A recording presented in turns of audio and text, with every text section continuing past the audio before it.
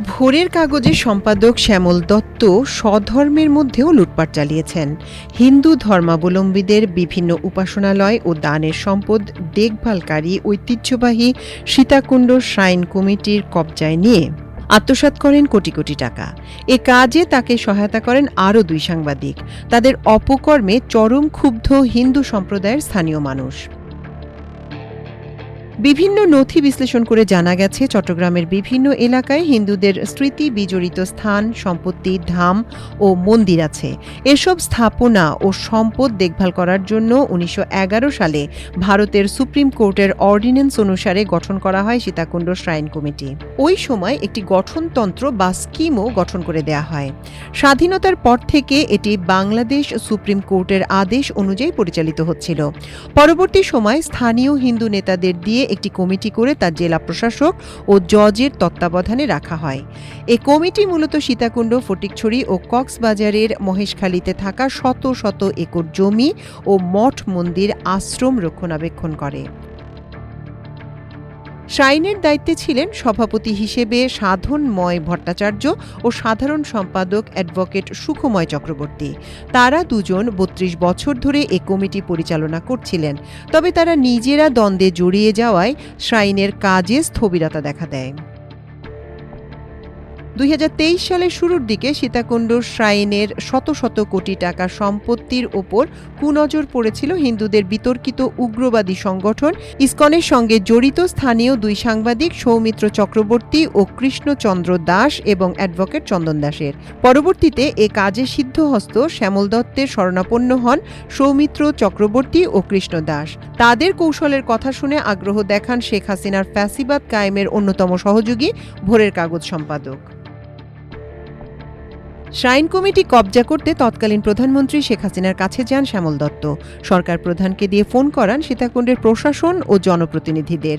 হাসিনার নির্দেশে ওই সময় শ্যামল দত্তকে সহায়তা করেন ডামি নির্বাচনে সাবেক সংসদ সদস্য SM আল মামুন, জেলা ও দায়রা জজ আজিজ আহমেদ ভুইয়া এবং ডিসি আবুল বাশার মোহাম্মদ ফখরুজ্জামান।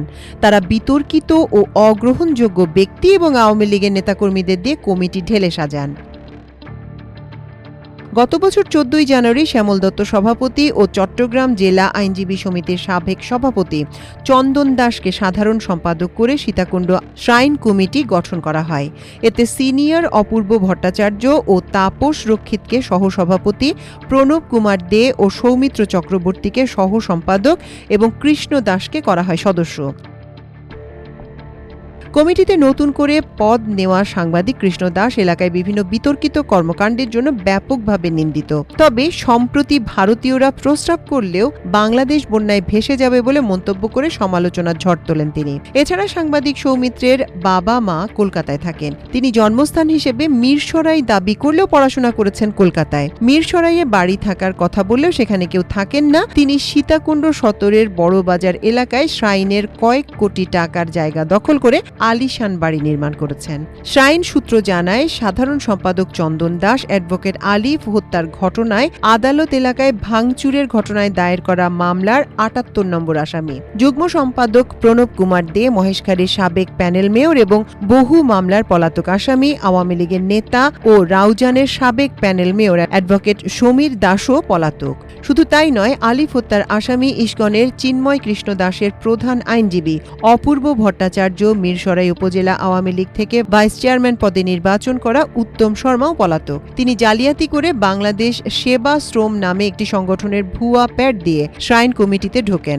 আদতে ওই নামে কোনো ব্যক্তি বাংলাদেশ সেবাশ্রম তথা ভারত সেবাশ্রমে নেই। অ্যাডভোকেট সুখময় চক্রবর্তী বলেন, শেখ হাসিনার প্রভাব দেখিয়ে শ্রাইন কমিটি দখল করেন শ্যামল দত্ত।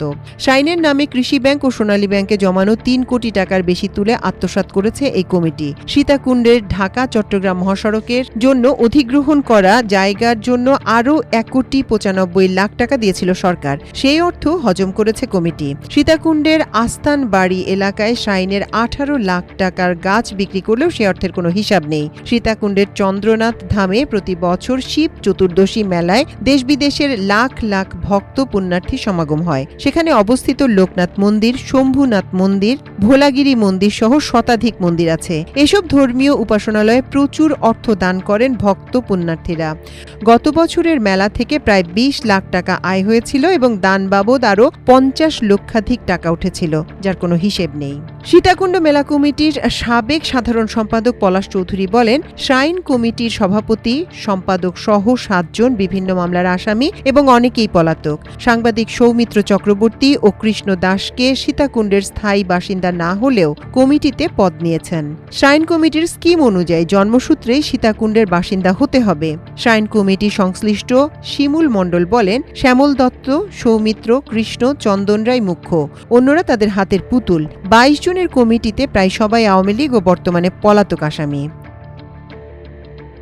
সীতাকুণ্ডের দত্তবাড়িতে শ্রাইনের কয়েক একর সম্পত্তি অ্যাডভোকেট তৃপ্তি দত্ত দখল করে রাখলেও চন্দন সহ সবাই মুখে কুলুপ এঁটেছেন, কারণ দখলকারী চন্দনের আত্মীয়।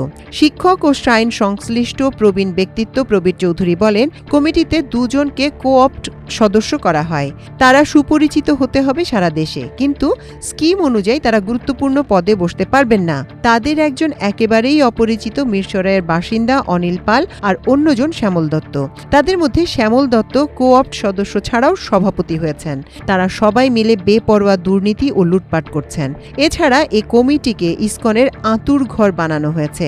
তাদের কারণে বাধ্য হয়ে অনেক হিন্দু ইসকনের সদস্য হচ্ছেন। বিশেষ করে সীতাকুণ্ডের ঘরে ঘরে নারী এখন ইসকনের দীক্ষা নিচ্ছেন।